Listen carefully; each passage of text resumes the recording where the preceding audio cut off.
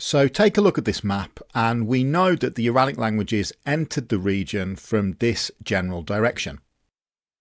We also know from the previous video on the Uralic languages that this area is a good candidate for the Proto-Saami homeland. We also know that the historical Saami languages were distributed further north, up here, with a maximum expansion of the Saami languages looking something like this. The question that intrigues me the most is what paleo language or languages Saami encountered during its expansion, and whether we can learn anything about them. Well, the answer is that we can kind of tell a bit, all things considered, and today we're going to take a look into just what exactly can be gleaned. But please be warned, because of time limitations, we'll really only be scratching the surface here. There's far more nuanced discussion to uncover in the literature for yourselves if you're interested. Speaking of the literature, this video would be impossible to make without acknowledging the immense contribution to the field that had been made by linguist Luobol Samosama Ante. A big proportion of what will be covered today in this video is based upon his published work. The first paleo language the Saami branch likely encountered that we can tentatively identify is detectable already before the Proto-Saami stage, and its identification is linked to the radical changes in the configuration of the Saami vowel system, which was more or less completely rearranged from the system inherited from Proto-Uralic. In the literature, various intermediate configurations of vowel inventories have been proposed for the period of development between Proto-Uralic and Proto-Saami. The exact relative chronology of these changes depends on the author in question and on the specific Proto-Uralic vowel inventory they assume. Generally speaking, however, we can identify two key stages of development between Proto-Uralic and Proto-Saami. If we remember from our video on Proto-Uralic, at the Proto-Uralic stage, we likely had a symmetrical vowel system including two non-cardinal vowels that differed in terms of roundedness. Those were among the first contrasts to break down. Early on, there was this enigmatic back high vowel.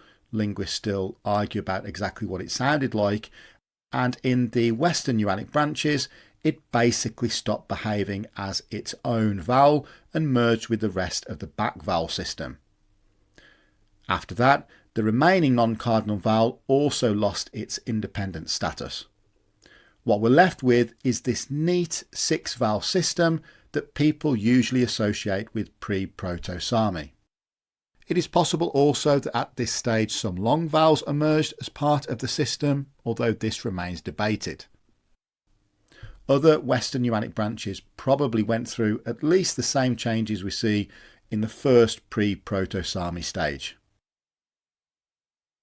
Between this stage and Proto-Saami is where things really get interesting, because this is when the so-called Great Saami vowel shift occurred. Great because, as we can see, the changes across the vowel system were extensive, transforming the relatively simple 6-vowel system of pre-Proto-Saami into something much more atypical. What's important here, however, is that when taken as a whole, this radical reconfiguration of the Saami vowel system has been interpreted by some authors as suggestive of substrate influence. In other words, the involvement of a paleo language triggering or accelerating this kind of phonological reformatting. By its nature, such a proposal is quite speculative, but it's also been pointed out that other nearby language families, such as Germanic, also show at least some localized phonological innovations that may likewise reflect substrate influence. It's possible, therefore, that both Germanic and Samic were influenced by this language of, let's say, peculiar vowels. In terms of speculating about the geographic range of this peculiar vowel language zone, it's difficult to say much with certainty.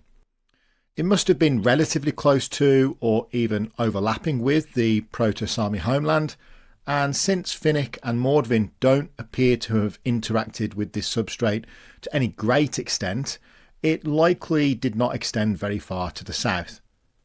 It may therefore have been located somewhere along the southern Finnish coast, and how far this substrate zone extended across the Bothnian Sea is at present too difficult to even speculate on. Apart from being a potential indicator of substrate influence, shifts in the Saami vowel system are also helpful for reconstructing the prehistory of the Saami branch in other ways. For example, one of the changes associated with the Great Saami vowel shift was the following change on screen now.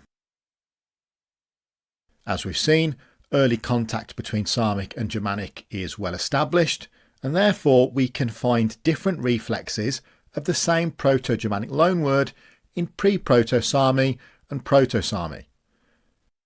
This allows us to begin temporally stratifying these loanwords based on the point at which they entered the developing Saami branch. These forms here, for example, have undergone the change, and therefore must have been present in the language before the Great Saami vowel shift. In these other forms, however, we find a different reflex, suggesting that they were likely borrowed at the Proto-Saami stage, too late for them to have participated in the vowel shift. If you'd like a better and more in-depth explanation than the one I've just given you, please see the following text on screen. At the pre-Proto-Saami stage, loanwords in Saami generally originate from either Baltic, Germanic or Finnic. Due to the similarities between Proto-Saami and Proto-Finnic, dating these loanwords is notoriously difficult, although not impossible. However, it's the Germanic and Baltic loans which seem to be more useful for fleshing out the history of the Saami branch anyway. Several authors have suggested that the Baltic loans in Saami arrived via pre-Proto-Finnic. This is primarily supported by the fact that most Baltic loans in pre-Proto-Saami are also shared with pre-Proto-Finnic, although critics would point out that not all are. Germanic loans, however, are different. While some Germanic loans may have appeared in pre-Proto-Saami via pre-Proto-Finnic mediation, there is strong evidence that pre-Proto-Saami also has its own independent Germanic adoptions. Therefore, at the pre-Proto-Saami stage, we can map out language contacts something like this. Now, coming back to this Paleo language, or more likely Paleo-Areal zone, this is, at least so far in our discussion, a phonological substrate involved in the Great Saami vowel shift. Since Mordvinic and Finnic seemingly escaped this influence towards the south, we can kind of roughly plot out the Areal zone's southern boundary. But the question is, what was going on between this southern boundary and the far northern areas where Saami speakers are found today? Were there any grammatical or lexical features that Saami speakers picked up from a substrate or substrates, and can we identify them?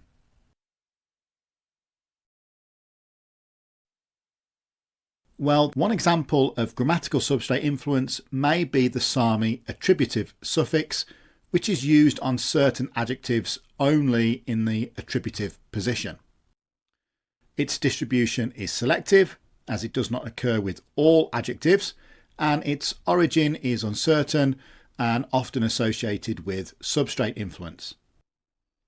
This suffix is associated with the Lakeland region of southern Finland because Saami substrate toponyms in this area preserve the same element, indicating that the feature was present in the southern contact zone where Proto-Saami interacted with earlier populations.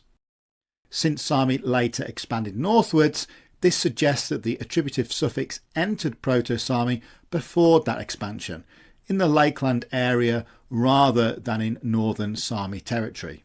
Interesting analysis of substrate place names deriving from Lakeland area Saami reveals a number of Saami place names without reliable etymologies. It is therefore considered by many that these names originate from the pre-Saami substrate of the Lakeland area. Sometimes in the literature you can see this dubbed as Paleo-Laplandic. Whether this Paleo-Laplandic represents a single language is unlikely. Again, another areal zone is more plausible, and the exact relationship between the Paleo substrate of Lakeland Saami and the language driving the vowel shift remains inconclusive. So if the substrate language which influenced the Saami spoken in Lakeland, Finland is dubbed Paleo-Laplandic, it might come as no surprise to learn that the term Paleo-Laplandic is used to describe the Paleo substrate language whose influence is observable in Lakeland Saami further to the north. What can we infer about Paleo-Laplandic? Well, since about a third of Saami root words have unknown origins, that percentage depending on the source that you consult, vocabulary seems like a good place to start. And here the statistics prove to be quite insightful. According to some sources, over 60% of terms concerning snow and ice, and over 50% of reindeer related terms are of unknown non-Uralic origin. Interestingly, over 60% of roots of unknown non-Uralic origin in Saami contain the following initial consonant, which you can see on screen now. So already we can begin to build a kind of mental picture regarding the cultural and phonological influence Paleo-Laplandic had on the Saami languages. Here are some selected vocabulary examples on screen now, however you can find many more in the literature.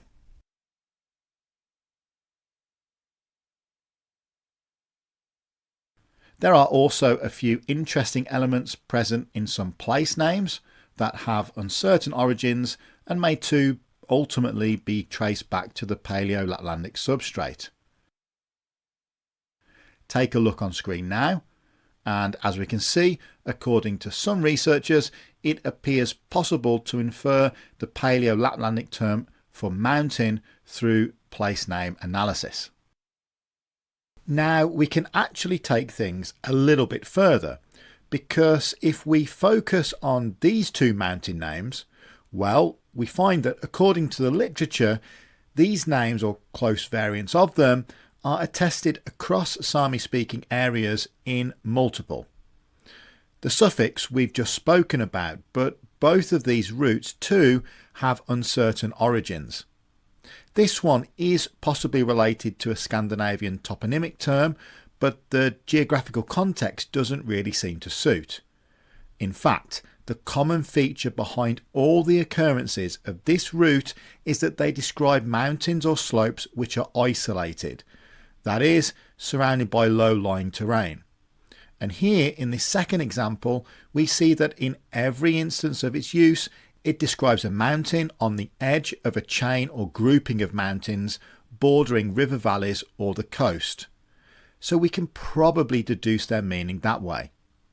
And since they have no convincing Saami or wider Uralic etymology, they may well derive from the Paleo substrate. There are a few other repeated roots found in toponyms that may also originate in the Paleo substrate, that being Paleo-Laplandic. So here on screen we have the loanword map for the pre-Proto-Saami stage that we saw earlier. And importantly, we have our vowel change substrate that we suspect triggered the great vowel shift in Saami and gave us the vowel inventory of later Proto-Saami. Now, as Proto-Saami speakers expanded northwards, they likely in turn encountered two more sources of influence, namely Paleo-Laplandic, detectable in Lakeland Saami via Finnic, because, as is known, Lakeland Saami speakers were still doing their thing in the Lakeland region of Finland up until the Middle Ages, and finally Saami speakers stumbled upon the reindeer ice and snow substrate of Paleo-Laplandic. But the relationship between the vowel shift substrate and these two linguistic zones further north remains unclear.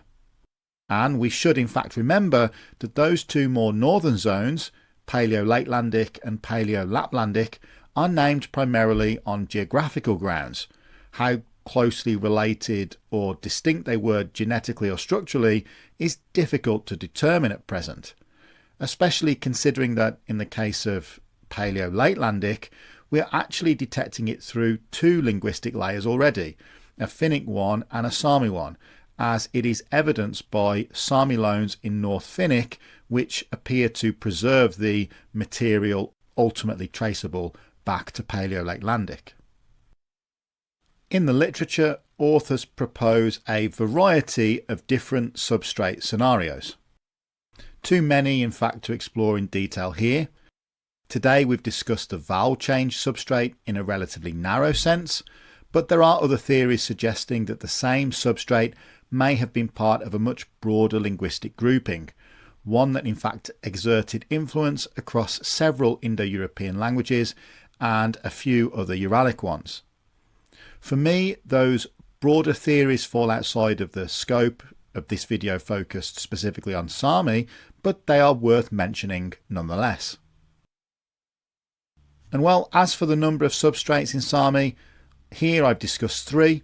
Some authors argue for at least 2, others propose that there are more than 3, so basically there's no real consensus, other than the fact that identifying an exact number of substrates appears to be tricky, and that's perhaps what we should expect. What fascinates me the most, however, is that we're even able to have this discussion at all. Some of the historical linguistic work done on Saami and on the Uralic language family more generally is truly remarkable. It gives us a genuine glimpse into the prehistory of this extraordinary language family.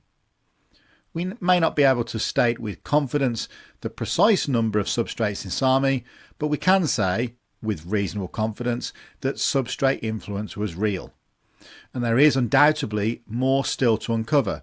Further research on Saami and the Uralic languages as a whole will deepen our understanding in the future and possibly allow us to identify linguistic anomalies with greater precision, including some that may ultimately point to more substrate influence.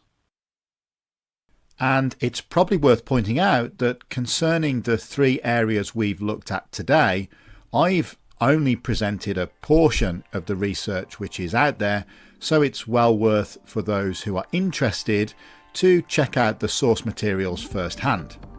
For example, there's some interesting work on a potential substrate in West Uralic, or should I say more likely West Uralic minus Saami. It wasn't really in the scope of today's video, but intriguing all the same.